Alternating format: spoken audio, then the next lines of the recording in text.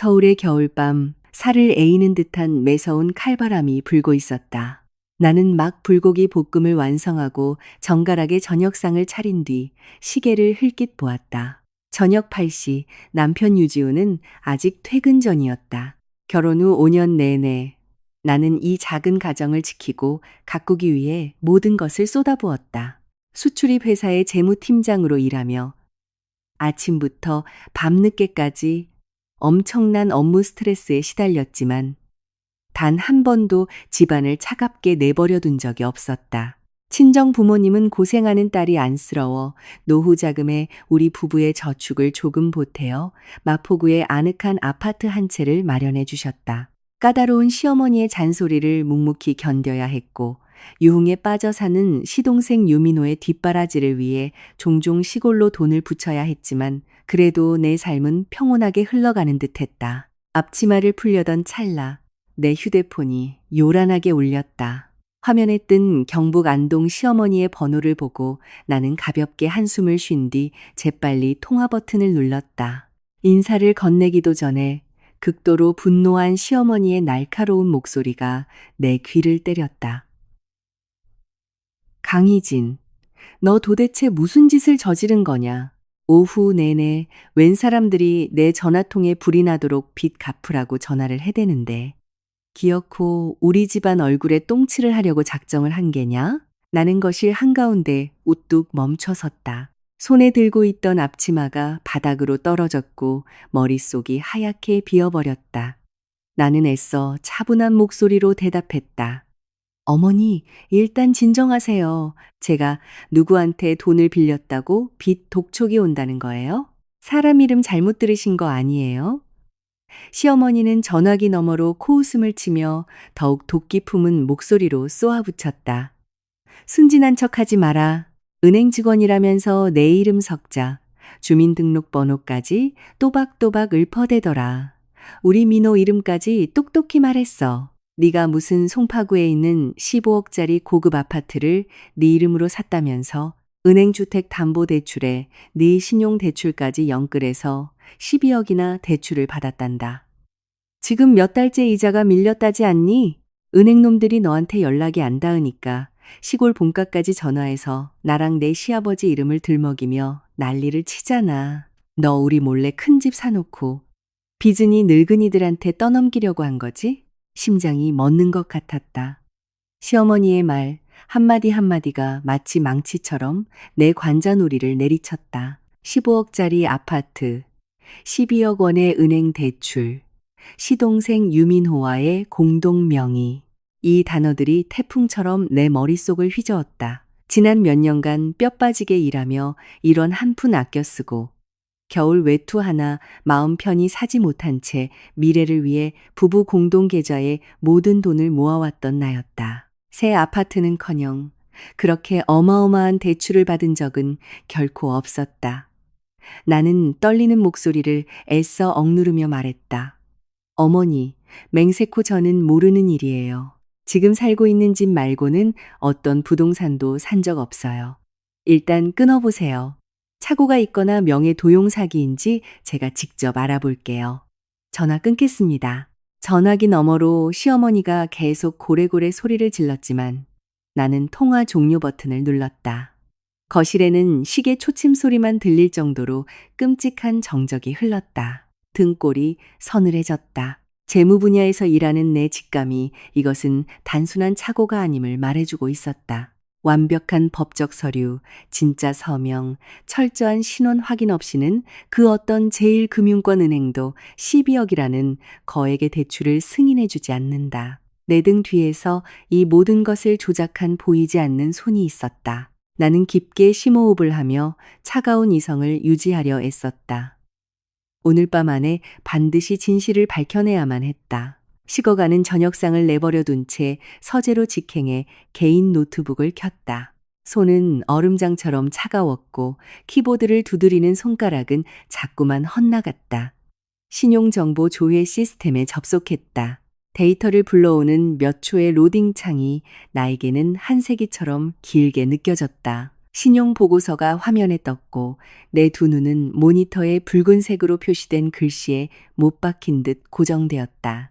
현재 대출 잔액 12억 원, 대출 기관 오시중은행, 대출 상태 2개월 연속이자, 연체로 인한 주의 등급 전환. 나는 비명이 터져 나오는 것을 막기 위해 입술을 꽉 깨물었다. 피가 맺혔다. 대출은 진짜였다. 내 이름으로 그 거대한 빚이 실존하고 있었다.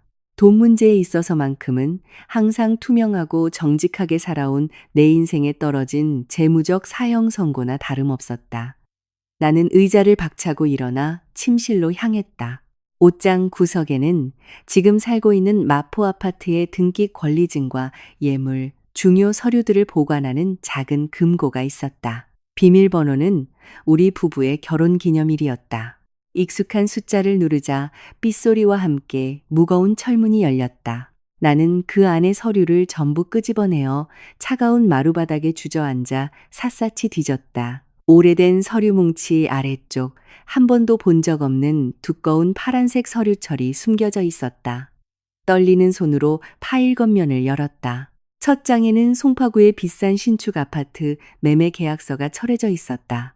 매매가는 시어머니의 말대로 정확히 15억 원이었다. 매수인란을 넘겨본 순간 눈앞이 아찔해졌다. 소유자란에 내 이름 강희진이 버젓이 적혀 있었고 바로 아래 공동 소유자란에는 백수나 다름없는 시동생 유민호의 이름이 선명했다. 하지만 나를 가장 경악스럽게 하고 고통스럽게 만든 것은 대출 약정서와 매매 계약서의 맨 마지막 장이었다. 대출자 및 매수인 서명란에 내 글씨체가 또렷하게 적혀 있었다. 파란색 잉크 자국을 손가락으로 가만히 쓸어보았다. 이건 명백히 내 서명이었다. 위조나 복사된 것이 아니었다. 나는 머리를 감싸쥐고 도대체 언제 이 망할 종이 쪼가리에 서명을 했는지 기억을 더듬었다. 그리고 3개월 전에 어느 밤 슬로우 모션처럼 한 장면이 뇌리를 스쳤다. 비가 억수같이 쏟아지던 밤이었다. 흠뻑 젖은 지훈이 피곤하고 다급한 얼굴로 퇴근에 돌아왔다. 그는 서류 가방에서 서류 뭉치를 꺼내 내밀며 말했다. 회사에서 연말정산이랑 교차재산 신고 때문에 세무감사가 떴어. 배우자 인적공제 받으려면 자기 서명이 급하게 필요하대. 당시에 나는 놀러온 조카를 안고 손을 씻고 있던 중이었고 비 맞고 퇴근한 남편이 안쓰러워 조금의 의심도 없이 그가 연필로 X 표시를 해둔 곳들에 빠르게 서명했다. 나는 나와 한 이불을 덮고 자는 남편을 맹목적으로 믿었다. 부부라는 두 글자 때문에 내 재무적인 생명줄을 그에게 온전히 넘겨주고 만 것이다. 이제야 눈물이 쏟아졌다. 빚이 두려워서가 아니라 배신감이 주는 뼈저린 고통 때문이었다. 내가 온 마음을 다해 사랑하고 보살폈던 남편, 가정을 위해 단돈 1원도 아껴가며 헌신했던 내가 믿었던 남편이 나를 철저히 기만했다. 그는 내 완벽한 신용도를 이용해 거액의 대출을 받아 자기 동생의 아파트를 사주었다. 이 쓰디쓴 진실은 지훈의 무능하고 잔인한 민낯을 폭로하며 나의 5년 결혼 생활을 한낱 우스운 광대극으로 만들어버렸다. 나는 눈물을 닦고 서류를 다시 정리했다. 나의 나약함은 여기까지였다. 나는 휴대폰을 들어 지훈에게 전화를 걸었다. 신호음이 3번 울리자 그가 전화를 받았다. 그의 목소리는 아무 일 없다는 듯 가벼웠다. 여보, 나 회사에서 일 좀 마무리하느라 30분 안에는 집 도착하니까 먼저 밥 먹고 있어. 나는 낼 수 있는 가장 차가운 목소리로 답했다. 당장 집으로 튀어와. 20분 안에 거실에 안 나타나면 당신 짐 다 창밖으로 던져버릴 테니까.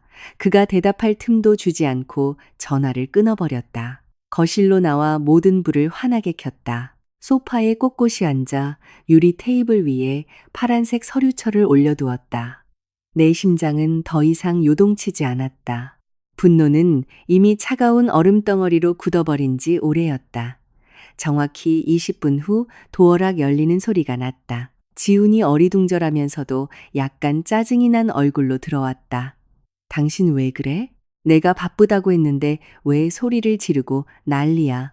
신발을 벗으며 불평하려던 그는 나의 살기 어린 표정과 테이블 위의 서류철을 보고 입을 다물었다. 지훈의 몸이 굳어버렸고 추위 때문에 붉어졌던 얼굴이 순식간에 백지장처럼 하얗게 질렸다. 그는 모든 것이 들통났음을 직감했다. 나는 턱으로 테이블을 가리켰다. 설명해. 이 15억짜리 아파트는 뭐고 내 머리 위에 매달린 12억짜리 빚은 뭔지. 왜 내 이름이 당신 동생 유민호랑 같이 이 대출 서류에 밝혀 있는지. 지훈은 마른 침을 꼴꺽 삼켰다. 다리에 힘이 풀린 듯 덜덜 떨며 테이블 앞에 무릎을 꿇었다. 그는 머리를 쥐어뜯으며 내 눈을 똑바로 쳐다보지도 못한 채 애원했다. 희진아, 진정하고 내 말 좀 들어봐. 네가 생각하는 그런 거 아니야. 난 그냥 내 동생 조금 도와주려고 했던 것뿐이야. 나는 테이블을 세게 내리쳤다. 유리잔들이 요란하게 흔들렸다. 조금 도와줘? 나를 속여서 12억 원짜리 대출 서류에 백지 서명하게 만든 게 조금 도와준 거야? 당신 나를 꼭두각시나 당신네 집안 현금 인출기로 취급한 거잖아. 지우는 아예 바닥에 엎드렸다. 얼굴을 감싸진 채 처절한 목소리로 변명했다. 미안해, 희진아. 정말 미안해. 너도 알잖아. 민호 곧 결혼하는 거. 처가 될 집안이 너무 깐깐해서 서울에 자가 아파트 없으면 절대 결혼 안 시키겠다고 으름장을 놨어. 엄마가 시골에서 전화해서 매일같이 울고불고 자기가 민호 안 챙기면 콱 죽어버리겠다고 협박하시는데 내가 장남으로서 어떻게 모른 척해. 내 월급으로는 은행에서 그 큰 돈을 안 빌려주잖아. 자기 직장 번듯하고 신용등급이 완벽하니까 그냥 자기 명의만 잠깐 빌리려고 했어. 나랑 민호가 뼈 빠지게 일해서 매달 이자 낼 생각이었어. 자기 걱정할까봐 숨긴 거야. 나는 실소를 터뜨렸다. 비참한 웃음소리가 거실을 울렸다. 내 명의를 빌려서 당신이랑 당신 동생이 이자를 낸다고? 그럼 왜 은행이 시골 본가까지 전화를 해서 빚 독촉을 해? 왜 당신 어머니가 나한테 전화해서 물벼락을 쏟아붓듯 욕을 해대? 당신은 비겁하고 거짓말쟁이야. 자기 가족 하나 건사할 능력도 없으면서 매일 밤 한 침대에서 자는 아내의 인생을 제물로 바쳐? 그는 두 손을 싹싹 빌며 절했다. 내가 죽일 놈이야. 100번, 1000번 내가 잘못했어. 요 몇 달 내 회사 일이 꼬여서 수당이 줄었고 민호 녀석도 일자리 잃고 새로 취직을 못해서 은행 이자가 좀 밀린 거야. 여보, 우리 5년 부부정을 봐서라도 이번 한 번만 살려줘. 우리 같이 갚아나가자. 어차피 그 집도 우리 재산이잖아. 부부의 정? 당신이 날 속이고 그 종이에 서명하게 만든 순간 우리 사이의 정은 이미 죽었어. 나는 자리에서 일어나 현관문을 손가락으로 가리켰다. 당장 내 집에서 나가. 이 집은 우리 친정 부모님 피땀 어린 돈으로 산 집이야. 당신 같은 사기꾼이 발붙일 곳 없어. 내가 아파트 경비원 불러서 당신 목덜미 잡고 끌어내기 전에 당장 꺼져. 지훈은 절망적인 눈빛으로 나를 올려다보았지만 나의 단호하고 차가운 태도에 더 이상 버틸 수 없음을 깨달았다. 그는 무거운 발걸음을 이끌고 도망치듯 현관문을 나섰다. 쿵 하고 닫힌 현관문 소리는 나의 평범한 가정에 대한 마지막 환상을 완전히 박살냈다. 빈집에 홀로 남겨졌지만 나는 울지 않았다. 눈물은 이 거대한 빚더미를 해결해주지 않는다. 나는 30대 중반, 산전수전 다 겪으며 사회생활을 해온 재무 전문가다. 위기가 닥쳤을 때 생존하는 법칙을 누구보다 잘 안다. 눈물을 흘리는 자가 무조건 지는 것이다. 나는 욕실로 들어가 찬물로 세수를 하며 머리를 맑게 식혔다. 창고에서 가장 큰 캐리어를 꺼내 지훈의 옷장을 활짝 열었다. 그의 옷, 신발, 개인 물품들을 기계적이지만 단호하게 캐리어에 쑤셔 넣었다. 짐을 다 싼 뒤 캐리어를 복도 밖으로 끌고 나가 문 앞에 내동댕이 쳤다. 다시 서재로 돌아온 나는 프린터를 켜고 협의 이혼 의사 확인 신청서 3부를 인쇄했다. 내 인적 사항을 모두 기입하고 서명한 뒤 거실 테이블 위에 가지런히 올려두었다. 다음으로 휴대폰을 꺼내 배도진에게 전화를 걸었다. 그는 서울에서 매우 유능하고 신뢰받는 부동산 중개인으로 과거 이 집을 살 때도 도움을 주었던 사람이었다. 밤 10시가 넘었지만 도진은 곧바로 전화를 받았다. 희진 누님, 늦은 시간에 웬일이세요? 무슨 급한 일이라도? 도진아, 지금 당장 도와줄 일이 있어. 집 두 채를 급매로 처분해야 해. 하나는 지금 내가 살고 있는 마포집. 다른 하나는 송파구에 있는 고급 아파트야. 송파구 아파트는 내가 공동 명의자인데 대출은 몽땅 내 이름으로 되어 있어. 시세보다 조금 싸게 내놔도 좋으니까 최대한 빨리 현찰 쥐어줄 매수인을 찾아줘. 대출금 상환하고 모든 자산을 청산해야 해서 그래. 도지는 내 다급한 목소리에 혀를 찼다. 누님이 이렇게 결단력 있게 나오시는 거 보니 큰일이 터졌나 보네요. 두 채 다 등기부 등본이랑 매매계약서 사진 바로 찍어서 보내주세요. 내일 아침 일찍 전산에 올리고 직원들 풀어서 바로 손님 붙일게요. 마포집은 위치가 워낙 좋아서 눈 깜짝할 새 팔릴 거고요. 송파구 아파트는 근저 담긴 급매물 전문으로 잡는 갭투자팀을 찾아볼게요. 도진에게 서류를 보내자마자 또다시 전화벨이 울렸다. 시어머니였다. 분명 쫓겨난 지훈이 어머니에게 구원을 요청했을 것이다. 나는 따뜻한 물을 한 모금 천천히 마신 뒤 전화를 받았다. 수화기 너머로 시어머니의 악다구니가 쏟아졌다. 강희진, 네가 간덩이가 부어도 유분수지. 이 한밤중에 내 아들을 길거리로 내쫓아? 네가 우리 집안 며느리로 들어온 걸 잊었어? 남편한테 엎드려 복종하지는 못할 망정. 그 집 내 아들 집이기도 해. 네가 뭔데 쫓아내? 당장 문 열어주지 못해? 아니면 내일날 박자마자 내가 서울로 올라가서 네 머리털을 다 뽑아놓을 테다. 나는 귀가 아파 전화기를 살짝 떼었다. 그녀의 폐악질이 끝나기를 기다렸다가 한 글자 한 글자 그녀의 고막에 밝히도록 아주 느리고 분명하게 말했다. 어머니, 똑똑히 들으세요. 첫째, 지금 이 마포 아파트는 저희 친정 부모님이 집값의 4분의 3을 보태주신 거예요. 명의도 제 단독 명의고요. 어머니 아들은 여기 1원 한 푼 안 보탰으니 전 그 사람을 길바닥에 내쫓을 권리가 완벽하게 있습니다. 둘째, 그 송파구 15억짜리 아파트 전세 카맣게 몰랐어요. 당신 아들이 제 믿음을 악용해서 서류를 위조하고 12억이나 되는 돈을 사기 대출받은 거라고요. 형법상 유지훈의 행동은 사문서 위조 및 사기죄에 해당해요. 나는 잠시 숨을 고르며 반대편에서 들려오는 시어머니의 당황한 숨소리를 확인했다. 그리고 치명타를 날렸다. 내일 아침 경찰서에 모든 서류 들고 가서 고발할 겁니다. 이 죄목이면 징역 몇 년 사는지 아세요? 최소 10년에서 15년이에요. 어머니가 한마디만 더 저한테 강요하시면 어머니 귀한 아들 손목에 바로 은팔찌 채워드릴게요. 그리고 그 15억짜리 집 제가 은행에 경매로 넘겨서 빚 회수하라고 할 겁니다. 어머니 새며느리한테도 길거리에 나앉을 준비하라고 전하세요. 아, 어머니도 시골에서 아들 영치금 될 돈이나 미리 준비하시고요. 전화기 너머는 죽은 듯이 고요해졌다. 더 이상의 욕설도 비명도 없었다. 평생을 독설로 며느리를 억눌러 왔던 여자가 내가 빼어든 법의 칼날 앞에 완전히 압도되어 굳어버린 것이다. 나는 옅은 미소를 지으며 전화를 끊고 기기를 내동댕이 쳤다. 이 전쟁에서 나는 단 1원도 손해보지 않을 작정이었다. 다음 날 아침 나는 아주 일찍 눈을 떴다. 밤새 몇 시간 눈을 붙이지 못했지만 정신은 맑았다.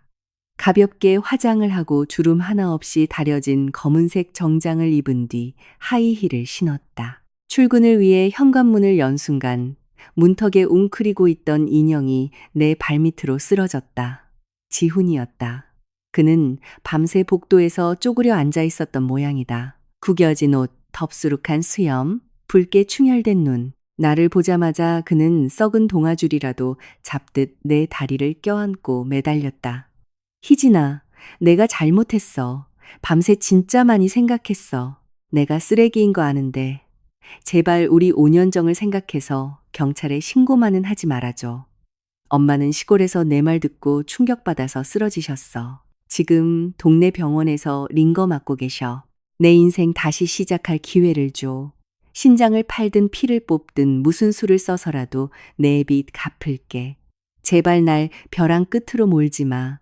나는 차갑게 한 걸음 물러서며 그의 팔에서 벗어났다. 여기서 고육지책 연기하지 마. 어머니가 쓰러지든 말든 내 알 바 아니야. 당신이 날 속인 건 변하지 않는 사실이니까. 이혼 서류는 테이블 위에 올려뒀어. 들어가서 서명해. 그리고 네 캐리어 끌고 내 눈앞에서 사라져. 지훈은 여전히 그 자리에 꿇어앉아 버텼다. 그는 떨리는 손으로 바지 주머니에서 자신의 휴대폰을 꺼냈다. 화면 잠금을 풀고는 은행 잔고나 친구들에게 돈을 빌려달라고 애원한 메시지 같은 것을 보여주려 했다. 이것 봐. 나 돈 구하려고 사방팔방으로 노력하고 있어. 제발, 나 한 번만 믿어줘. 하지만 그가 내 눈앞에 휴대폰을 들이민 그 찰나. 화면이 번쩍이며 카카오톡 팝업 메시지가 선명하게 떠올랐다. 보낸 사람은 임수와 재무팀. 메시지 내용은 내 눈을 의심하게 만들었다. 오빠, 어젯밤 잘 잤어? 그 늙은 마누라가 또 돈 타령하면서 잔소리했나 보네. 오늘 오후에 핑계대고 나와서 예전에 갔던 호텔로 와. 내가 위로해 줄게. 주변의 공기가 순식간에 진공 상태가 된 것 같았다. 지훈은 기겁을 하며 휴대폰을 확 낚아챘다. 그의 얼굴은 핏기가 가셔 창백하다 못해 푸르스름해졌다.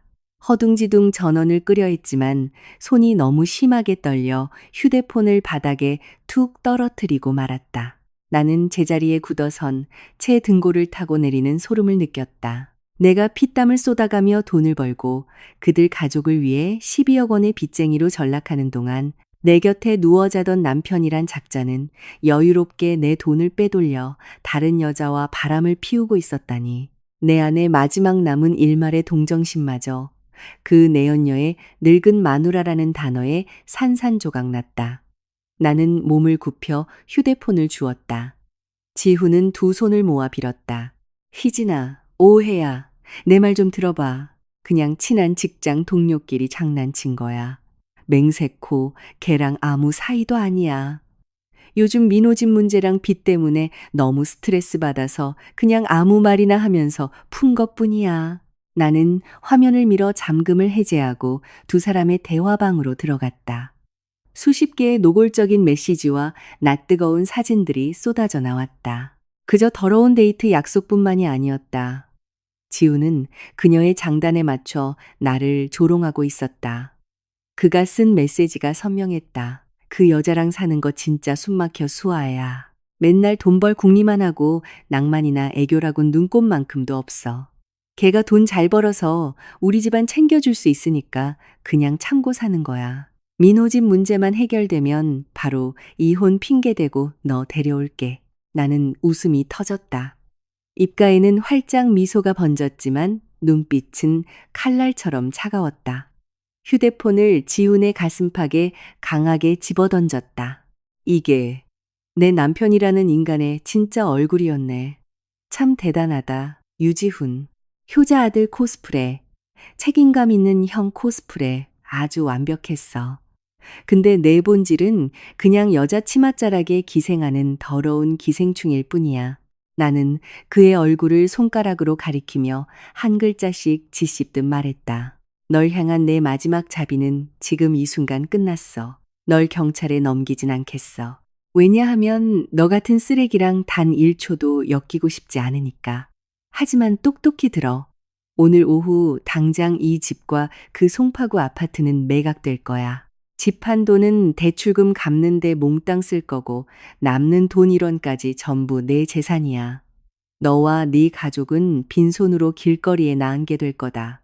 나는 집 안으로 들어가 이혼 서류를 가지고 나와 그의 얼굴에 집어 던졌다. 당장 서명해. 재산 및 채무 분할란에 명확하게 적어뒀어. 기여도에 따른 재산 분할, 채무는 각자 부담. 네 동생 집 사주려고 받은 대출은 너랑 네 동생이 알아서 짊어지든가 해. 서명 다 했으면 네 내연녀한테나 꺼져. 만약 단 1초라도 망설이면 이 카톡 내용 싹 다 프린트해서 네 회사랑 임수환의 가족한테 뿌리고 사기 대출 서류 들고 당장 경찰서로 직행할 테니까. 지훈은 완전히 백기가 들렸음을 깨달았다. 명백한 증거 앞에 변명할 여지조차 없었다. 덜덜 떨리는 손으로 펜을 쥔 그는 이혼 서류 맨 끝에 일그러진 글씨로 서명했다. 그는 더 이상 내 얼굴을 쳐다볼 용기조차 잃은 채 황급히 캐리어를 끌고 비참하게 멀어졌다. 나는 현관문을 쾅 닫고 굳게 잠갔다. 결혼이라는 이름의 침몰하는 배에서 나는 공식적으로 하선했다. 내일은 또 다른 전쟁이 시작될 것이다. 내 자유와 재산을 되찾기 위한 전쟁. 그날 아침 서울의 하늘은 잿빛이었다.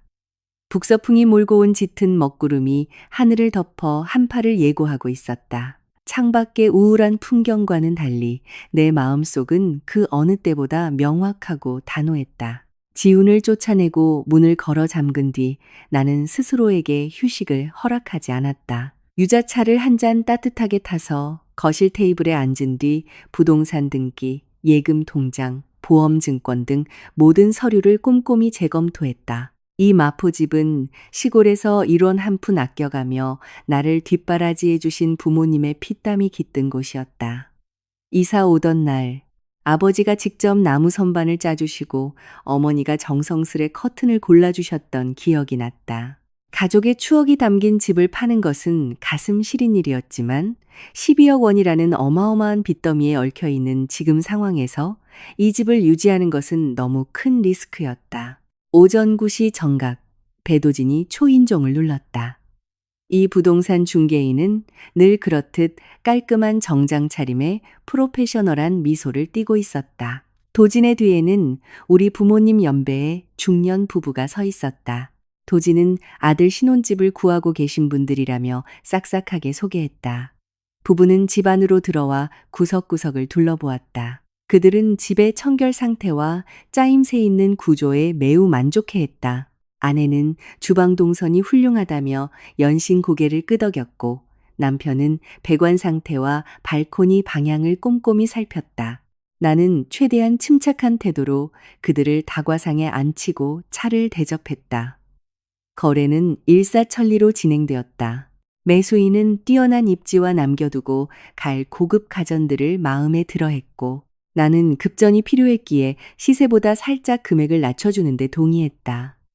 2시간 가까운 협상 끝에 양측은 합의에 도달했다. 부부는 그 자리에서 계좌 이체로 가계약금을 입금했고 3일 뒤 공인중개소에서 명도 절차와 잔금 치르기를 마무리하기로 약속했다. 도진은 이렇게 신속하게 거래가 성사된 것을 축하하며 활짝 웃었다. 손님들을 배웅한 뒤 나는 침실로 들어가 대형 캐리어 2개를 거실 한가운데 펼쳤다. 옷, 화장품, 책, 그리고 추억이 담긴 개인 물품들을 챙기기 시작했다. 벽에 걸려있던 웨딩 사진은 떼어내어 검은 비닐봉지에 꽁꽁 싸맨 뒤 복도 쓰레기통에 처박았다. 이 실패한 결혼의 흔적은 단 하나도 남기지 않을 작정이었다. 오후가 되자 나는 캐리어를 끌고 집을 나섰다. 새 주인이 들어오기 전 청소와 보수 작업을 위해 열쇠를 도진에게 넘겼다. 택시를 타고 여의도의 한 비즈니스 호텔로 향해 당분간 머물장기 투숙방을 잡았다. 저녁 무렵 도진에게서 2번째 희소식이 걸려왔다. 송파구의 고급 아파트를 처리할 근저당 전문 매입팀을 찾았다는 것이었다. 다음 날 아침 나는 은행 근처 카페에서 그들을 만났다. 이 투자자들은 산전수전 다 겪은 베테랑들로 오로지 숫자와 법적 근거로만 움직이는 사람들이었다.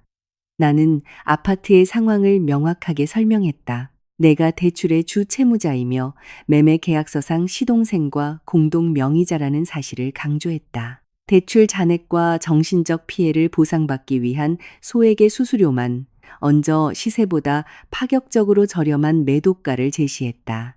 투자팀의 리더는 서류를 넘겨보며 고개를 끄덕였다. 은행에 근저당이 잡힌, 그것도 공동 명의자가 있는 물건을 처리하는 것은 쉬운 일이 아니지만 내가 제시한 가격은 그 송파구 노른자위 입지에 비하면 엄청난 이문이 남는 장사였다. 그들은 매입에 동의했다. 그들은 내가 은행에 대출금을 상환하고 근저당을 말소한 뒤 명예 이전을 할 수 있도록 자금 융통을 돕기로 했다. 모든 것이 계획대로 착착 진행되었다. 카페를 나서는 내 발걸음은 가벼웠다.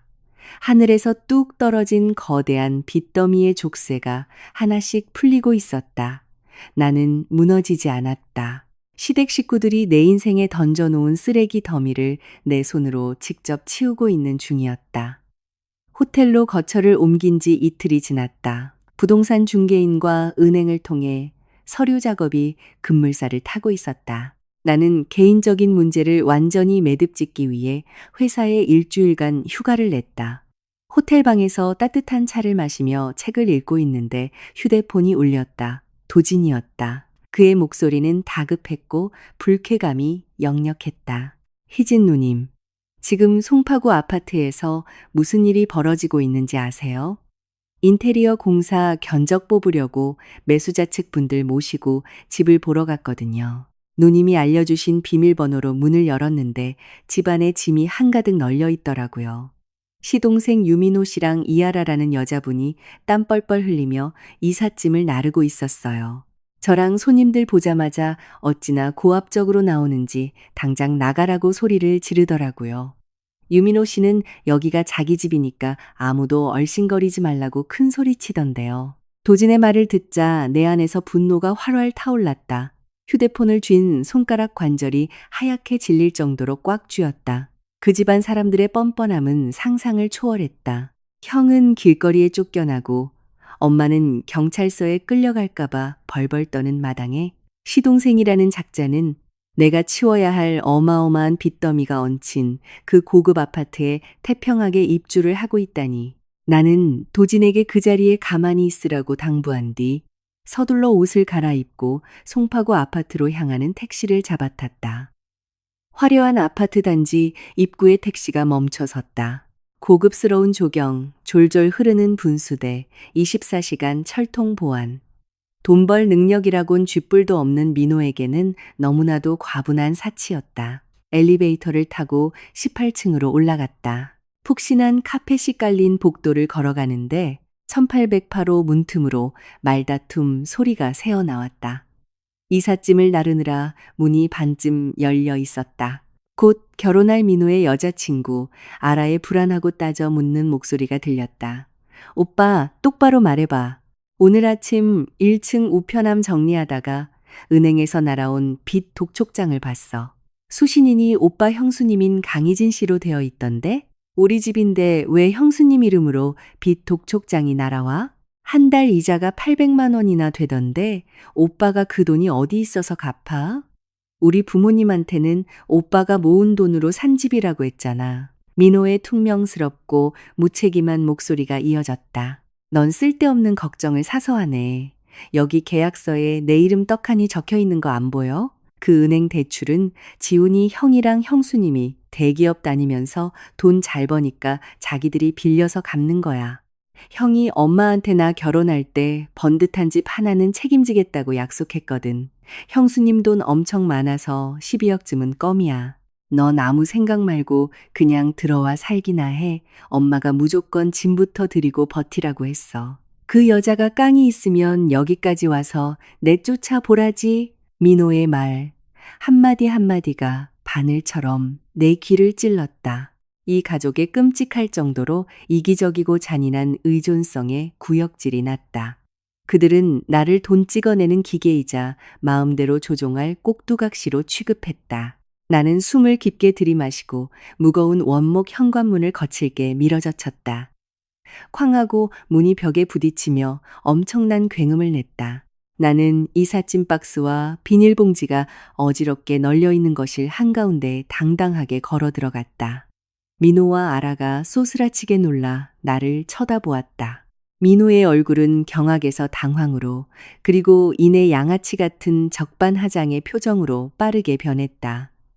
그는 턱을 치켜들며 나를 노려보았다. 형수님이 여긴 웬일이세요? 여긴 내 개인 사유지니까 함부로 들어오지 마시죠. 지훈이 형이랑 부부싸움을 했으면 형수님 집에서나 풀지. 왜 다 된 우리 신혼집에 와서 난동입니까? 나는 민호의 코앞까지 다가가 상대를 찔러 죽일 듯한 눈빛으로 쏘아보았다. 또박또박 분명한 발음으로 말했다. 네? 집? 네가 무슨 돈이 있어서 이 15억짜리 아파트를 사? 내 형이 내 서명 위조해서 사기 대출로 내 신용 걸고 12억 빌려서 너한테 이 껍데기 같은 집을 사준 거잖아. 너 대출, 이자 이런 한 푼 안 보탰지? 네가 무슨 자격으로 여기서 지저대? 옆에 서 있던 아라는 두 손으로 소파 쿠션을 꽉 끌어안고 덜덜 떨고 있었다. 그녀는 두 눈을 동그랗게 뜨고 나와 민호를 번갈아 보았다. 자신이 얼마나 끔찍한 사기극에 휘말렸는지 이제야 깨닫기 시작한 것이다. 민호는 상황이 불리해지자 목소리를 더욱 높여 진실을 덮으려 했다. 형수님, 헛소리 하지 마요. 여기 계약서에 내 이름 버젓이 올라가 있구만. 자신 있으면 경찰 부르든가. 나는 비웃음을 흘렸다. 경찰 불러줘? 좋아. 나는 휴대폰을 꺼내 번호를 눌렀다. 하지만 경찰이 아니라 아파트 관리 사무소와 도진에게 전화를 걸었다. 나는 민호 면전에 대고 똑똑히 선포했다. 이 집은 이미 새 주인에게 매각 절차를 밟고 있다. 대출 명의자인 나는 은행에 이 자산의 동결을 요청할 권리가 있어. 지금 당장 너랑 네 여자친구 짐 쓰레기들 다 챙겨서 당장 꺼져. 15분 안에 안 사라지면 보안 요원들 올려보내서 강제로 끌어낼 거다. 동네방네 소문나는 거 좋아하면 내가 이 최고급 아파트 단지 전체에 너희 형제의 사기극을 광고해주지. 민호는 꿀먹은 벙어리가 되었고 얼굴에 핏기가 완전히 가셨다. 아라는 엉엉 소리내어 울며 들고 있던 쿠션을 바닥에 내팽개치고 현관문 밖으로 뛰쳐나갔다. 뒤도 돌아보지 않았다. 민호는 멍하니 서 있다가 이내 짐을 천 가방에 쳐넣으며 비참하고 초라한 꼴로 짐을 쌌다. 나는 팔짱을 낀 채 눈 하나 깜짝하지 않고 그 꼴을 지켜보았다. 이 전쟁에 동정심이 끼어들 자리는 없었다. 송파구 아파트에서의 날 선대치를 끝내고 호텔로 돌아온 나는 온몸이 녹초가 된 기분이었다. 이혼 소송과 거대한 자산 분할을 동시에 처리하는 이 전쟁은 생각보다 내 에너지를 훨씬 많이 갉아먹고 있었다. 나는 물을 한 잔 따라 마시며 창밖으로 바쁘게 오가는 여의도의 꽉 막힌 퇴근길 차들을 조용히 내려다보았다. 모든 것이 너무 빨리 변하고 있었다. 불과 며칠 전만 해도 나는 퇴근하면 저녁을 챙기는 헌신적인 아내였다. 하지만 지금 나는 최악의 시댁이 채워놓은 사슬을 내 손으로 끊어내야만 하는 전사가 되어 있었다. 멍하니 생각에 잠겨 있는데 휴대폰이 울렸다. 모르는 번호였다. 잠시 망설이다 전화를 받았다. 수화기 너머로 간헐적인 흐느낌과 숨 넘어갈 듯한 목소리가 들려왔다. 형수님, 저 알아요. 지금 이런 전화 드려서 너무 죄송해요. 하지만 도저히 의지할 곳이 없어서요. 저한테 그 집의 진짜 진실이 뭔지 전부 말씀해 주실 수 있나요?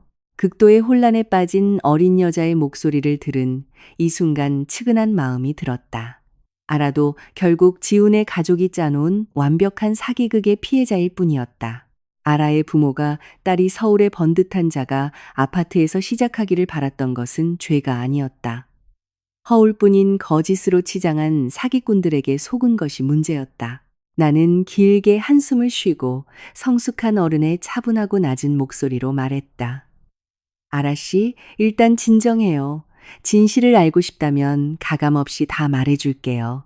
그 15억짜리 아파트, 지훈 씨가 나를 속여 세무서류에 서명하게 한 뒤 그걸로 12억 원을 대출받은 거예요. 민호 씨를 공동 명의로 올린 건 아라 씨네 부모님 눈을 속이려고 한 거고요. 그 사람들은 그 빚을 갚을 능력이 아예 없어요. 은행에서 나한테 빚 독촉을 한 지 몇 달째예요. 게다가 지훈 씨는 내 돈을 빼돌리면서 직장 후배랑 바람까지 피웠고 나를 모욕하는 문자까지 주고받았어요. 난 이미 이혼 소송을 시작했고 그 집도 매각해서 대출금 상환에 충당할 예정이에요. 그 집안은 이제 가진 재산이 아무것도 없어요. 전화기 너머는 한참 동안 침묵이 흘렀고 작게 훌쩍이는 소리만 났다. 잠시 후 아라가 씁쓸한 목소리로 말했다. 제가 너무 눈이 멀었었나 봐요, 형수님. 오빠는 늘 저한테 장밋빛 미래만 약속했어요. 어머니도 아주버님이랑 형수님이 대기업 다니면서 다 챙겨주실 거라고 큰 소리 치셨고요. 저는 든든한 배경이 생긴 줄만 알았어요. 이제 알겠네요. 그 사람들이 저까지 그 엄청난 빚구덩이에 끌어들이려 했다는 걸. 정말 감사합니다, 형수님. 오늘 형수님이 그들의 민낯을 벗겨내주지 않으셨다면 전 제 발로 지옥불에 뛰어들었을 거예요.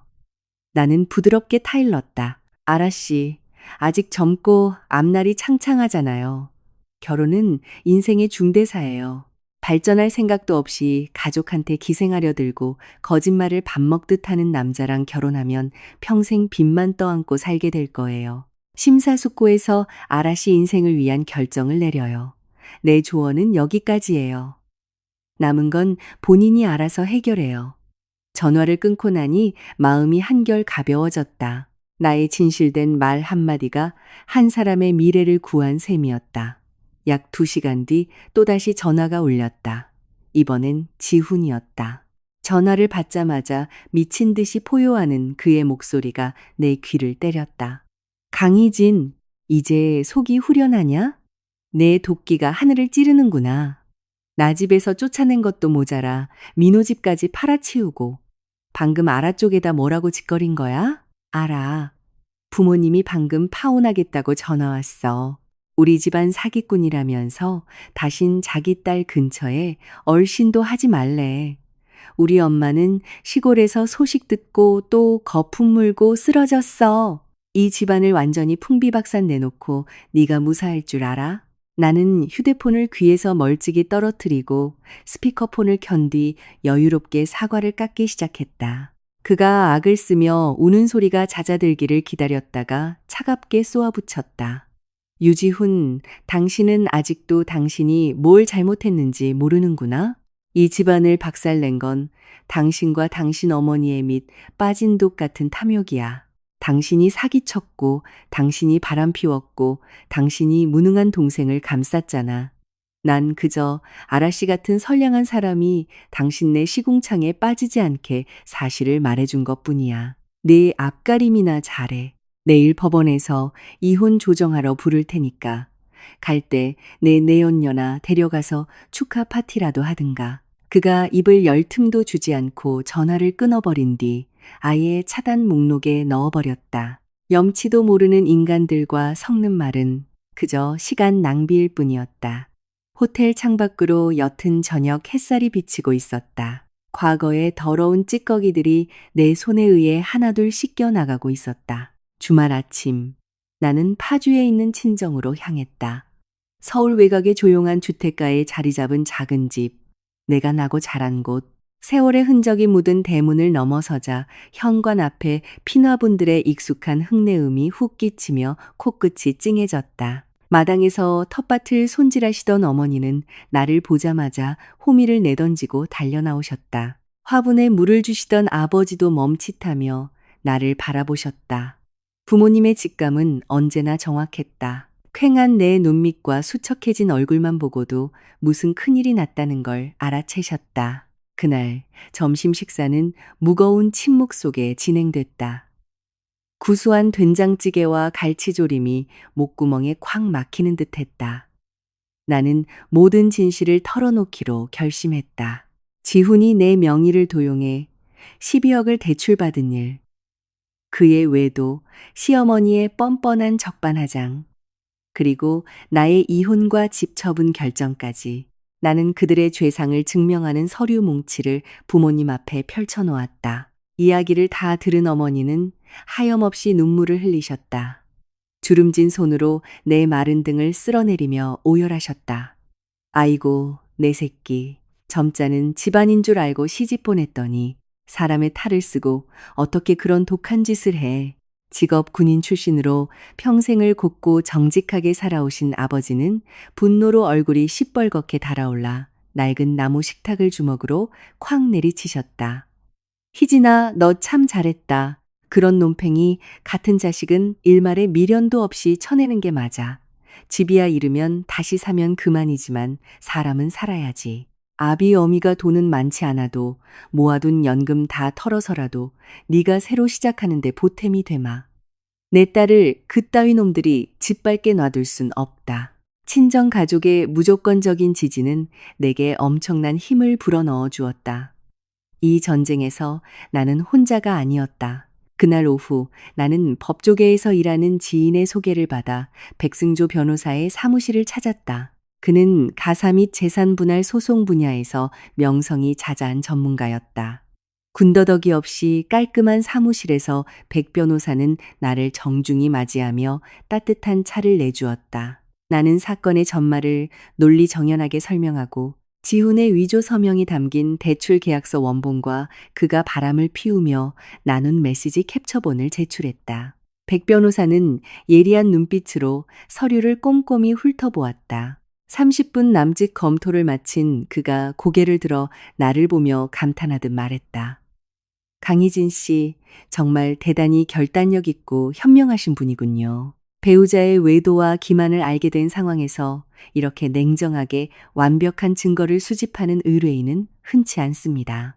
법적으로 우리는 100% 승소할 수밖에 없는 패를 쥐고 있습니다. 첫째, 12억 원의 채무에 대해서는 유지훈 씨가 사문서를 위조해 대출을 실행했다는 명백한 증거가 있습니다. 법정에 가면 강희진 씨에 대한 이 채무 계약이 기망에 의한 것이므로 무효임을 주장할 수 있죠. 하지만 강희진 씨가 주도적으로 아파트를 처분해 대출을 상환하려는 움직임은 본인의 신용 불량 기록을 막기 위한 아주 탁월한 수였습니다. 백 변호사는 서류 뭉치를 가리키며 설명을 이어갔다. 둘째, 이혼과 재산 분할에 관해서입니다. 현재 거주 중이신 마포집은 친정 부모님으로부터 증여받은 특유 재산이라는 점을 계좌 이체 내역으로 증명할 수 있습니다. 여기에 유지훈 씨의 외도 증거까지 더해졌으니 법원은 당연히 강희진 씨의 손을 들어줄 것이며 재산 분할에서도 절대적인 우위를 점하게 됩니다. 만약 시댁 쪽에서 위자료나 재산 분할을 요구하며 덤벼든다면 유지훈 씨의 사기 대출 증거가 그들의 입을 틀어막을 강력한 무기가 될 겁니다. 저한테 전적으로 위임해 주십시오. 강희진 씨가 가장 당당한 모습으로 법정을 나설 수 있게 완벽히 처리해 드리겠습니다. 나는 홀가분한 마음으로 소송 위임장에 서명했다. 변호사 사무실을 나서니 서울거리에 어느새 가로등이 켜져 있었다. 노란 불빛이 아스팔트 위를 비추고 옷깃을 파고드는 매서운 겨울바람이 불었지만 내 심장은 그 어느 때보다 따뜻했다. 나를 지키고 내 자산을 보호할 철벽 같은 방어선을 마침내 구축해낸 것이다. 모든 법적 절차가 내 계획대로 순조롭게 진행되던 중 관련된 모든 이들의 삶을 뒤흔드는 엄청난 사건이 터졌다. 목요일 오전 회사 재무팀 사무실에서 장부를 대조하고 있는데 내 휴대폰으로 어느 대학병원 응급실 번호가 찍혔다. 전화를 받자마자 혼란스러운 울음소리와 뒤섞인 시어머니의 쉰 목소리가 들려왔다. 시어머니는 패닉에 빠진 채 수화기에 대고 울부짖었다. 희진아, 너 당장 병원으로 튀어와. 우리 지훈이가 죽게 생겼어. 아이고, 하늘도 무심하시지. 내 새끼야. 순간 귀에서 이명이 들렸다. 정은 이미 다 떨어졌지만 사람의 목숨이 달린 일을 두고 장난을 칠 수는 없었다. 나는 재빨리 병원 주소를 묻고 상사에게 반차를 낸 뒤 회사를 나섰다. 총알같이 택시를 타고 시내의 한 대형 종합병원 응급실로 달려갔다. 응급실 특유의 숨막히는 혼란과 소독약 냄새가 코를 찔렀다. 자동문을 통과하자마자 복도 의자에 주저앉아 있는 시어머니와 민호의 모습이 보였다. 시어머니는 흙먼지가 묻은 옷차림에 산발을 한 채 눈이 퉁퉁 부어 있었고 민호는 구석에 웅크린 채 핏기 없는 얼굴로 넋을 놓고 있었다. 나를 발견한 시어머니는 마치 상처 입은 짐승처럼 물어뜯을 대상을 찾은 듯 내게 달려들었다. 그녀는 내 코트 자락을 미친 듯이 쥐고 흔들며 사람들이 꽉 찬 응급실 복도에서 고래고래 악을 썼다. 이 독한 년, 네가 기어코 내 아들을 이 지경으로 만들었어. 네가 길바닥으로 내쫓고 이혼하자고 닥달하고 쥐잡듯 잡으니까 애가 살 수가 없어서 이 꼴이 된 거 아니야. 어젯밤에 집구석 뺏기고 괴로워서 술 진탕 마시다가 모텔 2층 계단에서 굴러떨어졌단다. 의사가 척추가 다쳐서 평생 하반신 마비로 살아야 할지도 모른다는데 내 건강한 아들 당장 살려내. 이년아. 응급실에 있던 수많은 사람의 시선이 우리 쪽으로 쏠렸다. 수군거리는 소리가 들려왔다. 시어머니는 잔인한 며느리 때문에 죽음으로 내몰린 불쌍한 어머니 행세를 하며 병원 바닥에 주저앉아 통곡을 시작했다. 나는 뒤로 물러서지도 조금의 두려움도 보이지 않은 채 거대한 벽처럼 꼿꼿이 서 있었다. 나는 내 옷자락을 쥐고 있는 시어머니의 마른 손가락을 힘주어 떼어냈다. 핏발선 그녀의 눈을 똑바로 응시하며 차갑고 단호하게 그리고 주변 사람들이 모두 들을 수 있을 만큼 크고 또렷한 목소리로 말했다. 어머니, 똑바로 일어나서 말씀하세요. 여기 병원이지 어머니 피해자 코스프레하는 무대 아닙니다. 당신 아들 올해 35이에요. 3살 먹은 애가 아니라고요. 아내 명의 도용해서 사기 대출받고 그 돈으로 동생 집 사주려다 걸렸죠. 게다가 직장 여직원이랑 모텔 드나들다 저한테 카톡까지 들켰고요. 제가 그 사람 내쫓은 건 제 피 같은 재산을 지키기 위해서였습니다. 삶을 비관해서 술 처먹고 계단에서 구른 건 그 인간의 방탕함과 무능함이 만들어낸 자업자득일 뿐이에요. 나는 구석에 웅크려 있는 민호를 손가락으로 가리켰다. 절 탓하세요? 어머니 자신을 먼저 돌아보시죠. 어머니의 그 눈먼 편에 수치심도 모르고 기생하는 저 둘째 아들놈의 뻔뻔함이 유지훈을 벼랑 끝으로 몬 진짜 원인입니다. 동생 결혼할 집 해오라고 장난목을 조르고 감당도 못할 찜을 지워 사기까지 치게 만든 건 바로 어머니예요. 당신 아들을 계단에서 밀어버린 건 제가 아니라 어머니의 탐욕이라고요. 나의 매서운 팩트 폭력은 망치처럼 그들의 전곡을 찔렀다. 시어머니는 입을 쩍 벌렸지만 반박할 말을 찾지 못해 숨만 헐떡였다. 주위 사람들은 이제 상황을 완벽히 이해한 듯 혀를 차며 시어머니와 백수 시동생을 경멸 어린 눈빛으로 바라보았다. 민호는 고개를 무릎 사이에 파묻은 채 누구와도 눈을 마주치지 못했다. 그때 응급실 문이 열리고 당직의가 굳은 표정으로 걸어 나왔다. 환자 보호자를 찾자 시어머니가 허겁지겁 달려갔다. 의사는 지훈이 고비는 넘겼으나 척추 손상이 심각하다고 전했다. 척수를 고정하는 대수술을 받아야 하는데 수술비만 수천만 원에 달하며 혹독한 재활이 필요하다는 청천벽력 같은 선고였다. 수술비 얘기에 시어머니는 다리가 풀려 바닥에 털썩 주저앉았다. 그녀는 나를 향해 처절하고 애원하는 눈빛을 보냈다. 하지만 모든 것은 너무 늦었다. 내 심장은 이 가족을 향해 영원히 얼어붙어 버렸다. 나는 그들이 스스로 만들어낸 파멸의 잔해만을 남겨둔 채 뒤돌아 병원을 나섰다.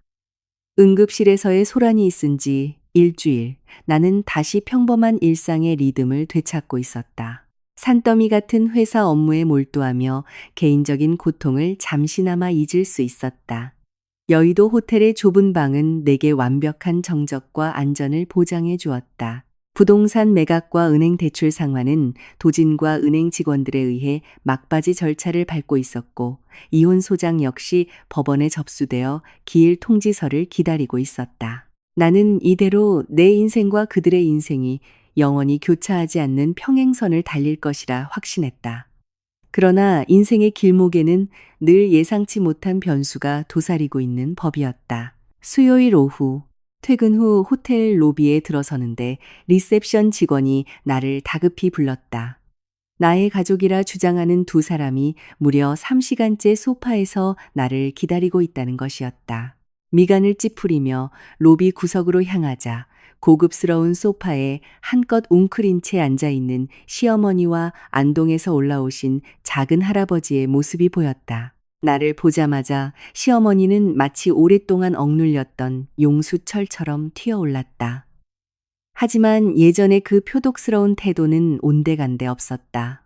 얼굴은 반쪽이 되었고 다크서클이 짙게 내려앉은 눈은 퀭했다. 헝클어진 머리로 그녀는 호텔에 번쩍이는 대리석 바닥에 두 무릎을 꿇고 엎드렸다.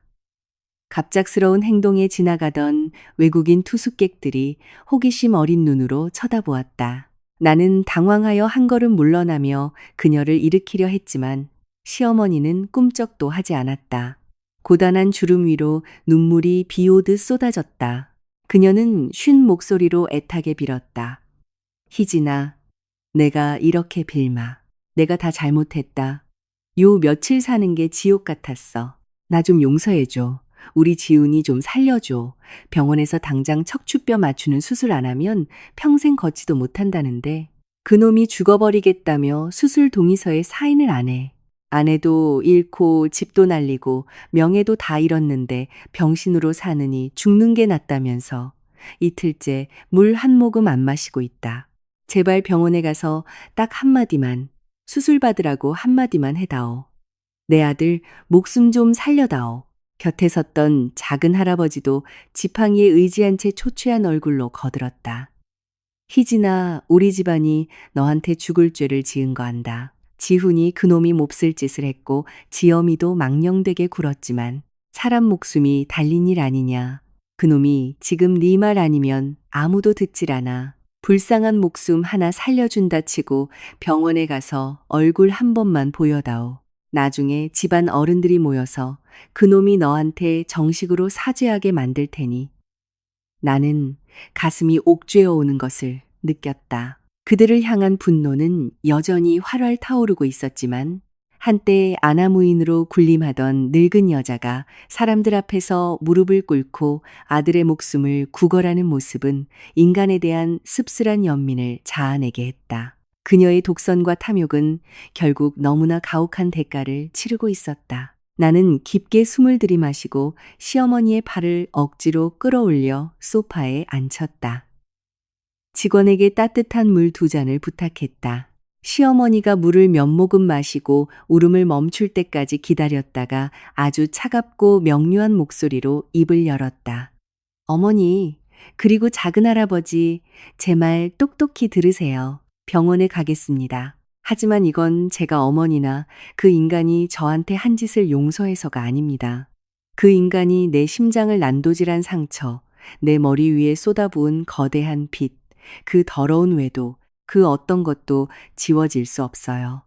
제가 병원에 가는 건 그저 인간으로서의 최소한의 도리 때문일 뿐입니다. 난 내 손에 누군가의 생사가 달리는 걸 원치 않아서요. 나는 시어머니의 눈을 똑바로 응시하며 조건을 못 박았다. 딱 이번 한 번뿐입니다. 들어가서 그 인간과 단둘이 이야기할 거예요. 그 병실 문을 나서는 순간 저와 시댁과의 모든 인연과 원한은 영원히 끝납니다. 다신 정이나 가족의 의무 운운하며 제 인생에 단 1초도 얼씬거리지 마세요. 이 조건에 동의하셔야만 가겠습니다. 시어머니는 미친 듯이 고개를 끄덕이며 두 손을 싹싹 빌었다. 동의하마. 다 동의할게.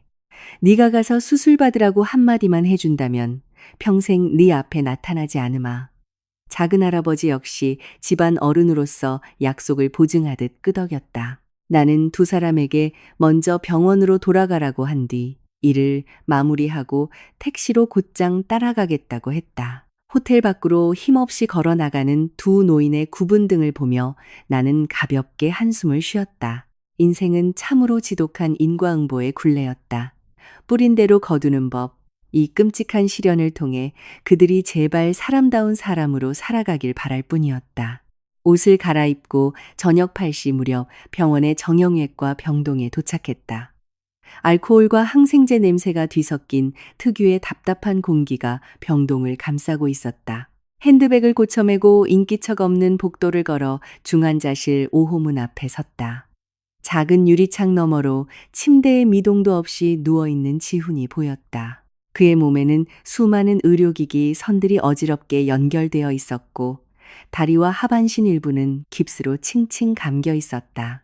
며칠 사이 반쪽이 되어버린 남편의 모습을 보니 한순간 마음 한구석이 아릿해졌지만 인내이성이 그 감정을 차갑게 짓눌렀다. 내가 병실 문을 열고 들어가자 삐걱이는 소리에 지훈이 흠칫 놀라 눈을 떴다.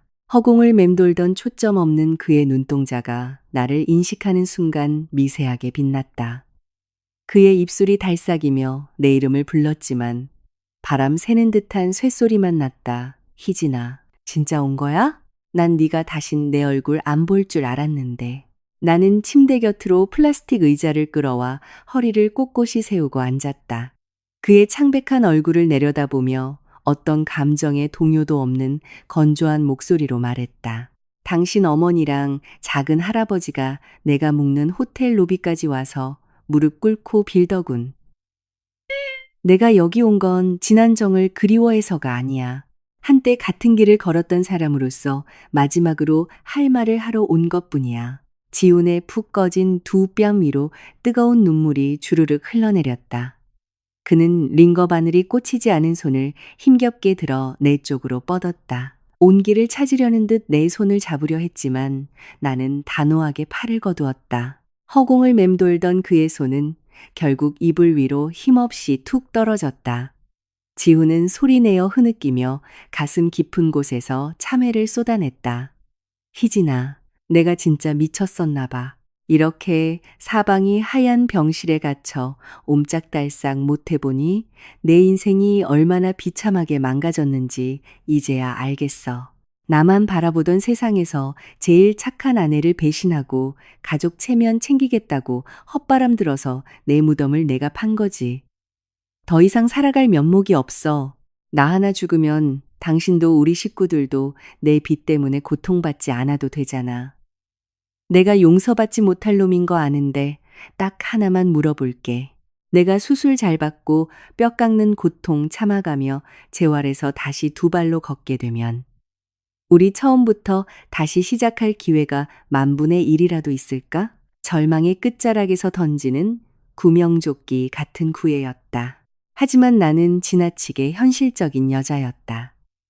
여기서 섣부른 동정심을 베푸는 것은 그를 돕는 일이 아니라 내 인생을 두 번 생매장하는 지심을 뼈저리게 알고 있었다. 나는 단호히 고개를 저었다. 그의 환상을 잔인하리만치 차갑게 깨부수었다. 지훈아, 기회는 남이 적선하듯 던져주는 게 아니라 스스로 증명해서 쟁취하는 거야.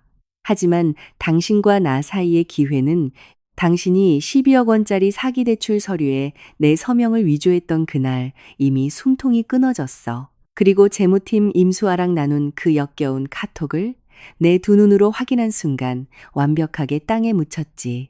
내 심장도 피가 흐르는 살덩어리야. 강철이 아니라고. 당신은 내 믿음을 짓밟았고 날 당신 집안의 이기심을 채우는 도구로 썼어. 그래놓고 이제 와서 목숨을 담보로 날 협박해? 나는 상체를 앞으로 숙여 그가 똑똑히 들을 수 있게 한 글자씩 못을 박듯 내뱉었다. 수술 거부하고 책임 회피하려 죽고 싶다고? 그건 인간이 할 수 있는 가장 비겁하고 역겨운 짓이야. 당신이 죽으면 어머니는 화병으로 쓰러지실 테고 빌어먹을 네 동생은 아무도 거들떠보지 않는 미아가 되겠지. 당신 자신은 주거 무덤에 들어가는 그 순간까지 아내 뒤통수 친 사기꾼이자 불륜남으로 남는 거야. 죽으면 다 끝날 줄 알아? 살아. 악착같이 살아서 네가 저지른 짓의 책임을 져. 남의 재산 탐내다. 너희 가족이 얼마나 큰 대가를 치렀는지 똑똑히 두 눈으로 목도하며 살아. 난 당신의 재활치료사나 갱생 멘토가 아니야. 내가 이 병실 문을 나서는 순간부터 당신의 삶, 건강, 미래는 온전히 당신 몫이야. 알량한 자존심이라도 남아있다면 당장 의사 불러서 수술 동의서에 서명해. 내 두 발로 일어서서 떳떳한 직장 구하고 어머니한테 효도나 해. 그게 당신이 속죄할 수 있는 유일한 길이야. 전처한테 목숨 구걸하는 비겁한 짓 그만두고 지훈은 두 눈을 질끈 감고 입술에서 피가 배어나올 정도로 꽉 깨물었다. 나의 날 선말들이 그의 심리적 급소를 정확히 관통했다. 나는 달래지도 동정하지도 않은 채 가장 날 것의 진실만을 눈앞에 펼쳐 보였다. 나는 코트 자락을 추스르며 미련 없이 일어났다. 잘 있어. 수술 잘 받길 바랄게. 하이힐이 바닥을 부딪히며 내는 경쾌한 소리만이 병실을 울렸다. 과거의 아픔과 기만을 등 뒤로 한 채 나는 문을 향해 걸어갔다. 병실에 남겨진 것은 소름 끼칠 정도의 정적이었다.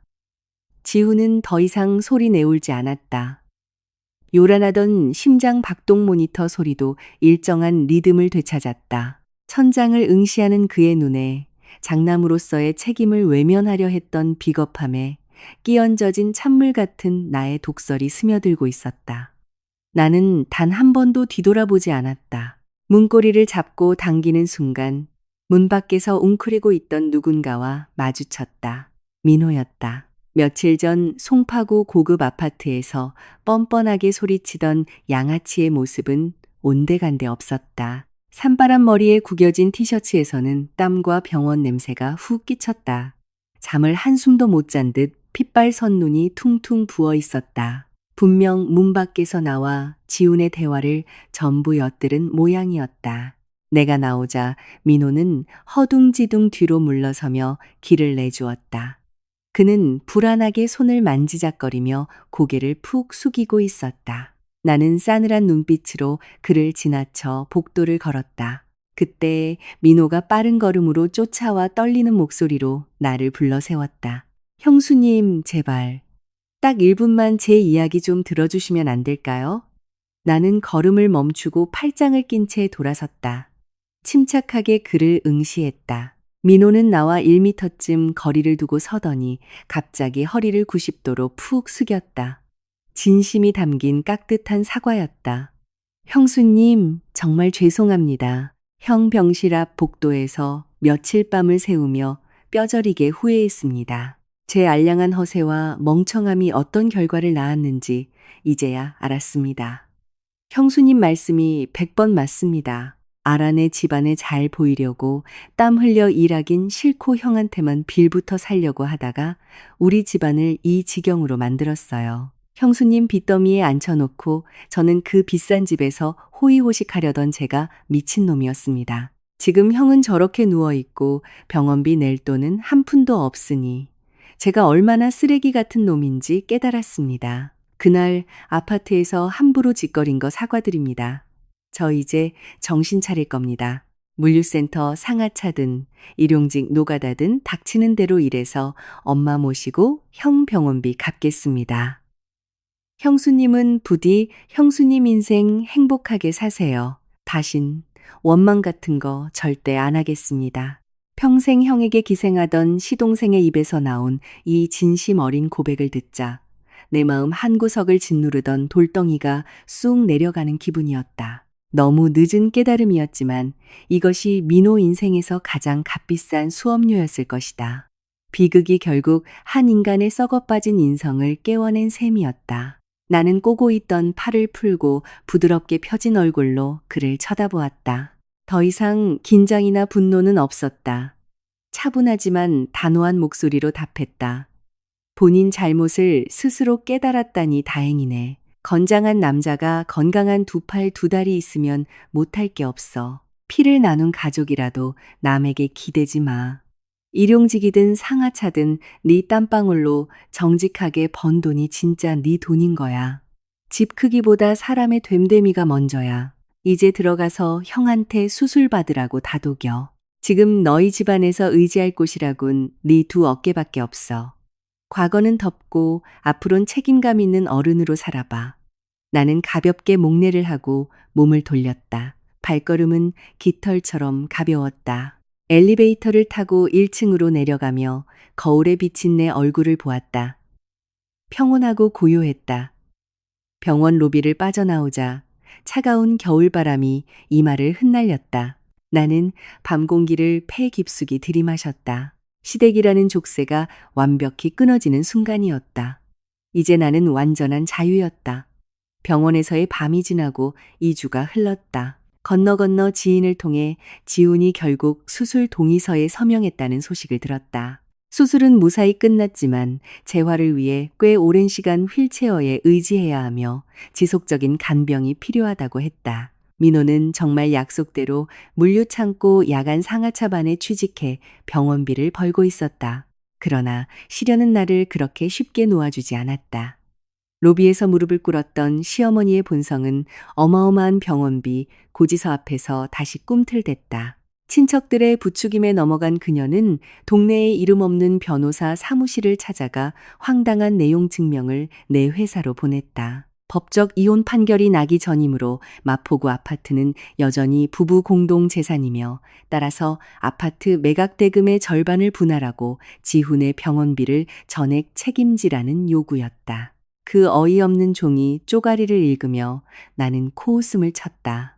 일말의 두려움도 없이 곧바로 백승조 변호사에게 전화를 걸었다. 그날 오후 백 변호사는 상대 측 변호사를 자신의 사무실로 호출해 삼자 대면을 주선했다.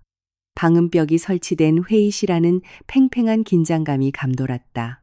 시댁 측 변호사는 민법상 부부의 부양 의무를 운운하며 병원비 명목으로 1억 원을 내놓고 재산을 분할하라고 열변을 토했다. 그가 말을 마치자 백 변호사는 느긋하게 미소를 지으며 테이블 한가운데로 두툼한 서류철 3개를 툭 던졌다. 동료 변호사님, 의뢰인께서 정보를 참 선택적으로 주셨나 봅니다. 백 변호사의 차가운 목소리가 회의실을 울렸다. 첫째, 마포 아파트에 관해서 여기 강희진 씨 부모님 계좌에서 송금된 내역서가 떡하니 있습니다. 완벽한 특유 재산이자 증여죠. 유지훈 씨의 기여도는 숫자 0입니다.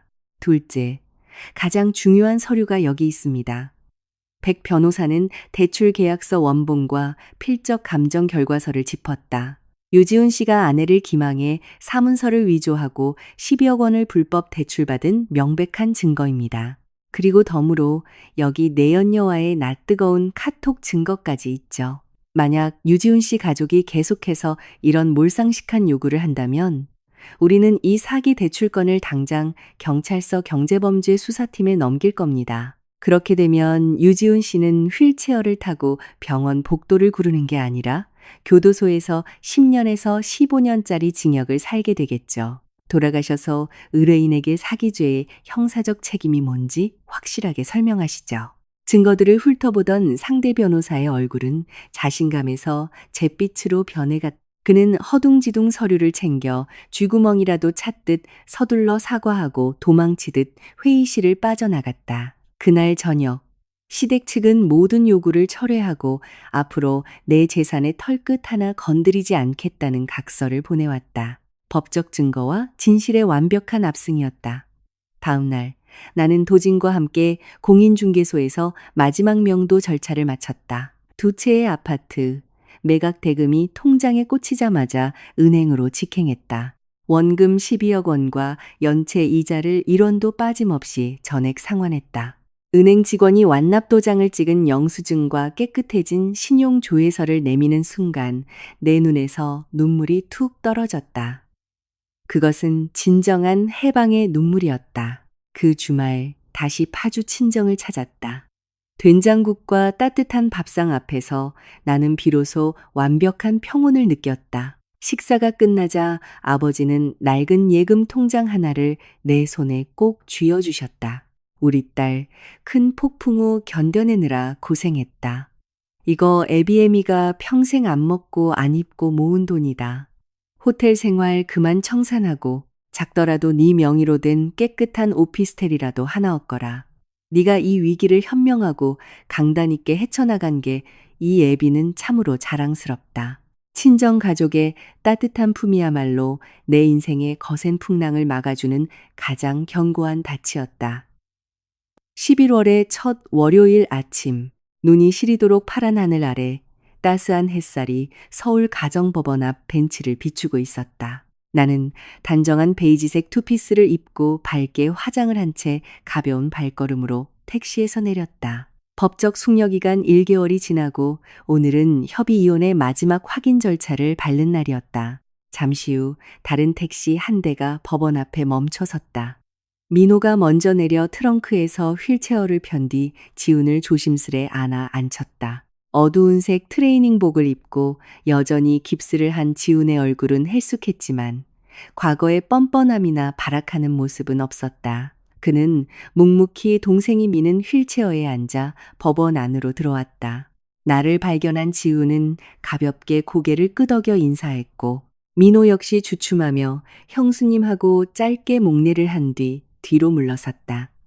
판사 앞에서의 확인 절차는 건조하고 빠르게 끝났다. 우리는 애정이 남김없이 소멸했음을 확인했고 재산 분할이나 자녀 양육 문제 등 아무런 쟁점이 없음을 밝혔다. 고성도 원망의 눈물도 없었다. 마침내 붉은 도장이 찍힌 이혼 확인서가 각자의 손에 쥐어졌다. 종이 한 장의 가벼움 속에 담긴 자유의 무게를 느끼며 나는 깊게 숨을 들이쉬었다. 이걸로 완벽한 끝이었다. 5년간의 결혼 생활이 공식적으로 마침표를 찍었다. 법원 정문을 나서며 지훈이 민호에게 휠체어를 멈추라고 했다. 그가 나를 올려다보며 애써 지은 미소는 씁쓸하지만 진심이 담겨 있었다. 희진아, 평생 평안하길 바랄게. 넌 과분할 정도로 좋은 여자였는데 내가 널 담을 그릇이 못 됐어. 내가 준 상처들 다 잊고 잘 살아. 나는 옅게 미소 지으며 담담히 대답했다. 당신도요. 재활 열심히 해서 빨리 다시 걸으세요. 과거는 과거일 뿐이니까 앞으로 남은 인생이나 똑바로 사시길. 나는 두 형제에게 가볍게 손을 흔들고는 등을 돌려 반대편으로 걸어갔다. 내 뒷모습은 단 한 번의 머뭇거림도 없이 곧고 당당했다. 마포집을 팔고 남은 잔액과 부모님이 주신 돈을 합쳐 나는 도진의 도움으로 회사에서 가까운 영등포 쪽에 잡고 예쁜 1.5룸 신축 오피스텔을 매입했다. 15층에 위치해 남동향으로 볕이 아주 잘 드는 집이었다. 주말 내내 나는 내 취향대로 집을 꾸미는데 몰두했다. 에메랄드 빛의 폭신한 1인용 소파, 튼튼한 오크나무 침대, 발코니 쪽에 나무 선반을 짜놓고 화사한 페투니아 화분들과 가장 좋아하는 난초를 올려두었다. 억지로 누구의 눈치를 보거나 취향을 맞출 필요가 없는 온전한 나만의 공간이었다. 새 집에서 맞는 첫 일요일 아침, 나는 일찍 눈을 떴다. 직접 원두를 갈아 따뜻한 드립 커피를 내리고 잔잔한 재즈 음악을 틀었다. 발코니로 나가 유리 난간에 기대어 쌉싸름한 커피를 한 모금 머금었다. 서울의 아침 하늘 위로 눈부신 태양이 떠오르고 있었다. 아침 햇살이 내 어깨를 따뜻하게 감싸고 막 피어난 페투니아 꽃잎 위로 반짝였다. 발 아래로 분주하게 움직이는 도심의 풍경을 내려다보며 나는 내 폐부 깊숙이 스며드는 자유와 자부심의 냄새를 한껏 들이마셨다. 내 인생을 덮쳤던 지독한 태풍은 굳게 닫힌 과거의 문 뒤로 물러갔다. 30 중반의 나이, 나는 다시 한번 새롭게 태어났다. 이제 오롯이 나 자신만의 찬란하고 굳건한 여정을 향해 첫걸음 민대 디딜 준비가 완벽하게 끝났다. 이 글을 읽으시는 분들께 강희진의 이야기는 결혼 생활에 있어 신뢰와 현명함이 얼마나 중요한지를 깊이 일깨워 줍니다. 이 폭풍 같은 여정을 통해 우리는 배울 수 있습니다. 관계의 가장 귀중한 토대는 믿음이지만 그 믿음이 탐욕스럽고 무책임한 자들에게 잘못 쥐어졌을 때 우리를 지켜주는 가장 강력한 방패는 바로 냉철한 이성과 결단력이라는 것을 말입니다. 인생이 늘 꽃길일 수만은 없습니다. 가장 값진 교훈은 타인에게 존중받기 전에 먼저 내 스스로를 끔찍이 아끼고 사랑해야 한다는 것입니다. 관용은 아름다운 미덕이나 거짓과 악행에 대한 관용은 비극을 연장시키는 독이 될 뿐입니다. 체면이나 헛된 정에 얽매여 자신의 자존감을 내던지지 마십시오. 배신과 상처로 얼룩진 낡은 문이 닫히면 따사로운 햇살이 비추는 새로운 문이 반드시 열립니다. 과거의 사슬을 끊어낼 용기만 있다면 말입니다.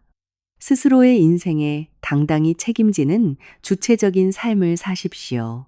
결국 나의 행복을 결정짓는 것은 나 자신이지 누군가가 베풀어주는 적선이 아닙니다.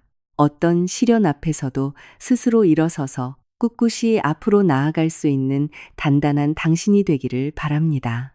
귀중한 시간을 내어 이 이야기를 끝까지 함께 해주셔서 감사합니다. 여러분의 앞날에 늘 흔들림 없는 평안이 깃들기를 기원합니다.